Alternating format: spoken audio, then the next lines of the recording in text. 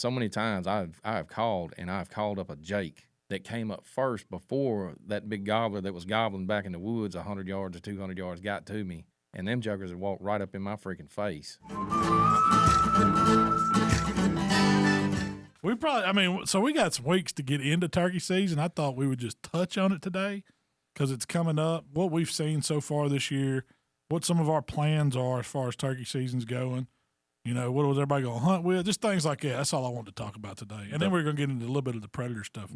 As far as a turkey hunt, I'm not a turkey hunter. I've never killed a turkey. I've been several times. It's your time, Jamie. We're going to get a deer. You're going to get a turkey. We're going to put turkey. This all goes back, same thing, talking about deer hunting and shooting a gun. You better get out there and shoot that shotgun and see what shells it shoots, if it shoots high, low, left, right, if it likes it or don't like it, or so what. Before you, same as with a deer hunt. Right. When we talk about getting your equipment ready. You get your equipment ready first. You make sure that your gun is patterned. You know what shot shells is patterns or that you're happy with. There may be other ones that pattern better, but you set up that target and you check the density of that shot at several different things, several different yardages, 20, 30, 40, 50. I don't suggest shooting past 50. Some people do. Nothing wrong with it. TSSs, whatever. They some bad dudes. Now you're going to spend $80 to $100 a box. They bad. You shoot. I was priced on this morning, $74.99. Yeah. Max spray range for 5. I got some of them. Too. I hadn't shot one yet. So back on that, I'll buy just a similar size shot and just Walmart or something like that and see how good my gun is, and then I'll put one of them high dollar shells in there. When it comes to turkey hunting, what gun are y'all carrying? Y'all carrying 20 gauge, 12 gauge? 12. 410? 12's what I mean. Everybody's 12. I think I'm 12. I bought Michael a 20 gauge to turkey hunt with, and I thought that's what we were going to use, but he's been shooting a 12 gauge, so I think I'm going to let him. I mean, that 20 gauge I got, it'll group the heck out of them, but I got a good 20. That Montefeltro would be a good one to try and see. Has Michael shot a turkey load yet? No.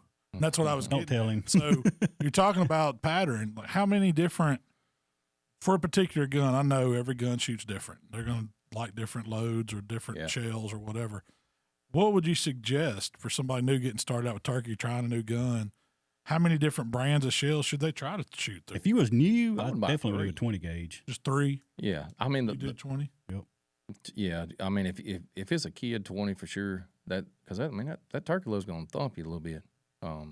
With way more than a duck load. Yeah. But if you're looking for shells and stuff like that, like Jamie said, I mean, you can find some cheaper shells that, you can maybe pattern the gun with and then, move up to buying a high dollar shell. If you think they're going to shoot that much difference out of that gun? Yeah. You still need to shoot that high dollar one out of the gun just to make sure. At least once. At least once. But you can at least find, because, 4, 5s, and 6s, which is the 3 most common shot size in a turkey load, the density is going to be different. Up close it may be close to the same, but once you get out further, you break 25 yard, break the 25-yard barrier. It changes a lot. Yeah, they start flying different ounce shots, different 3 or 3.5. All that it's all different.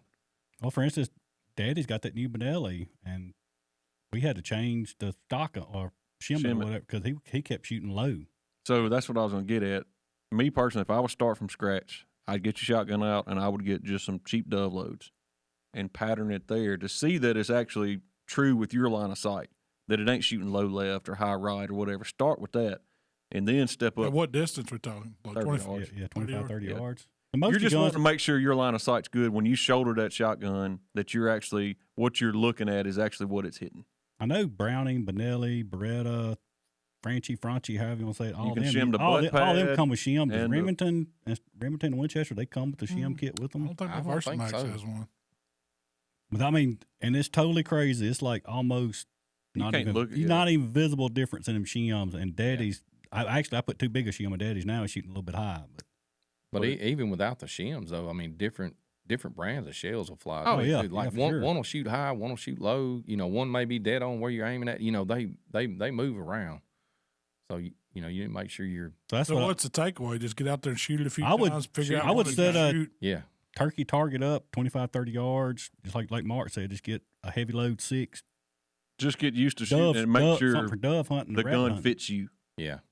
Because you're sitting there, it's a different when you're turkey hunting, you're not standing up, like shooting duck stuff. You're sitting down with Most your time knees you're on your stuck up butt in and your knees. chest, and you have to hold that shotgun. You don't have to hold it the entire time, but I've hunted birds where I had them out there for an hour, and I had to hold that gun on my knee for that long before that bird finally got up there and I killed it, or I didn't kill it. But you need to make sure that gun is comfortable sitting like that. They make a bunch of different shotguns, and a bunch not of all different of them chokes. fit. Not all of them fit turkey hunting. So you need to make sure you get a shotgun that feels good and is comfortable with you, and you're comfortable shooting. Make me want to pattern my 20 gauge now. There you go. You got to. Everybody's Speaking of sitting going on the to ground or whatever, I know we kind of watched where our turkeys were during deer season. We saw a ton. Now they've dispersed. I guess turkeys do Not their thing. everywhere. You see that old gobbler behind the house? I saw one behind the house. We ain't seen that in a while. Yeah, he was right behind the house. So we've got a few birds around. Now, they're not like they were. I mean, we were infested with them back during deer season. But now that they've dispersed and we've kind of seen how they feed through the property, what are y'all's thoughts on setting up blinds, moving some of our, like that bog blind or some of those other, the Primo's double bull we have, and setting them up to where you're not just It's got to be on a food source, I feel like.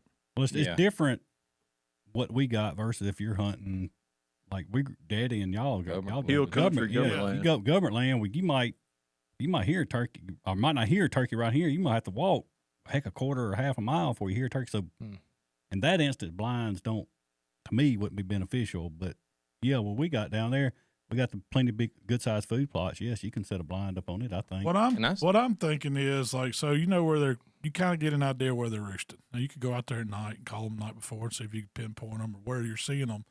But during the day they're going to feed through here at some point, typically. Would it be beneficial to have you a blind set that you could use? And I know you still got to chase them and do all that. Yeah. Well, they make them little blinds that kind of just pop up in front of you. You sit by a tree. That's better than nothing. I mean, I could set a permanent blind out, and I'm going to. I'm going to set a permanent blind in that plantation field where I know they, kind of down there towards where I know they feed at. Yeah. Where you can go in there and sit down and be comfortable. And if they don't, like if you're not running and gunning, what we call it, where you walk out there and locate one and then try to run it down, get up on it. But if you're just going out there, you're just going to turkey hunt, you and a kid or whatever, just you want to go out there and hang out and play on your phone. You can do that and wait them out until, you see them or you hear one and just call periodically or you just wait on them to come out there and feed. A lot of people don't even use turkey calls. Yeah. They just pattern the turkeys and try to catch them feeding. I was thinking more from a beginner standpoint, like you taking a kid or something like that. You could put a chair in it. Put them in a blind. Keep them comfortable. You got a stick they can shoot off of. They're not having to, it's not like you're just running through the woods, sitting up against a tree fast and trying to get them to hold a gun for an hour. That'd be hard for a kid. To me, it would. Or it'd be hard for me. I'm not a turkey hunter. It's hard. Yeah. You go turkey hunting, you're going to be disappointed. Well, the blind will also conceal you some, too. You get away with a little more movement because you're not doing that on the ground, right? No. You better not move. You better not move. You're going to get busted. Yeah, because you don't always know that this has happened so many times, and you don't want to get disappointed with a kid doing this, but so many times I've called up a Jake or a hen that came up first before that big gobbler that was gobbling back in the woods 100 yards or 200 yards got to me, and them jokers had walked right up in my freaking face. And I mean, I've spooked them by breathing. Yeah. Just my body movement, just me taking a breath. Yeah, because if you start calling with her out there or Jake out there, they finna pinpoint you. They're on you. Yeah. And they're going to come check you out. Oh, yeah. I mean, I've had them one-eye me, like, had to go under my gun barrel. Oh, that close? That close. Dang. Yeah, I ain't never seen that. I had them close to my stand this year deer hunting. I've never. Oh, if a turkey could smell, you'd never kill it. So does a turkey have the best eyesight out of any animal that we hunt in Mississippi, you think? Yes. Because they're born scared to death to start with. Yeah. Yes. Birds' eyes are some of them. I mean, you think about a hawk or something like that, a predator bird is flying 200 feet in the air. And see a mouse. And it sees a mouse on the ground. That turkey can see just like that hawk. Yeah. That's crazy. Yeah. It's hard. I mean, it's not easy. So, yeah, back to what you was talking about, like the blinds. Like, if you're going to take a kid turkey hunting, it's good to take one of those little pop-up blinds like Mark's talking about, one of those little fast set-up blinds or some kind of that you just shut out in front of you. Shut down, kind of cut down on the movement. Yeah. Because they're going to move. They can't help it. They're little. They don't know, they're going to try, they get excited and the turkey's moving and they're trying to stay on the turkey and they don't know to, like, let it go behind a tree before you make a move. And it'll pick up on that kid. So what you're saying, our chances of killing one aren't good. If you're in the blind, you're probably okay. Yeah. But, And I think the technology, the advancements they have and all these new braces and pods and all that to hold your gun up, that's a huge. That's because, like you talking about, you might sit there with that gun in front of you for an hour, hour and a half. My arms have went numb before sitting there holding it that long. And you can't move. You can't do nothing. I mean, you got 2 or 3 turkeys around you, and man, you can't move. I'll just stick to breakfast duty. You gotta do. Yeah, I got the breakfast. Y'all go. I do want to kill a turkey. I want to shoot one. I at least want to. I want to get a shot at one this year. Last year we got close. I mean, I took Michael, and it was exactly everything you're saying that's going to happened. And we got to within, I don't know, maybe 150 Michael yards. Ain't going to sit still. 150 yards. But it was not successful at all. And we got, now, I thought it was good to get one to talk to you.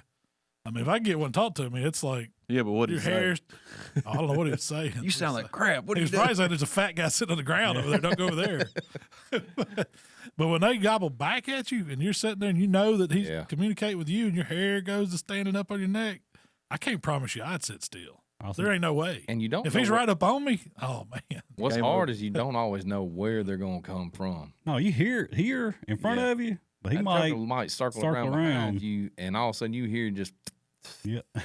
Too late then. He's right there. He's right. If you hear that, that's him spitting. Yeah, he's gone. He's drumming, dragging them feathers in the leaves. He's close, and if he's behind you, that's so nerve-wracking. And you can't turn around and look at him. And he might brush you when he walks by you. He's that close.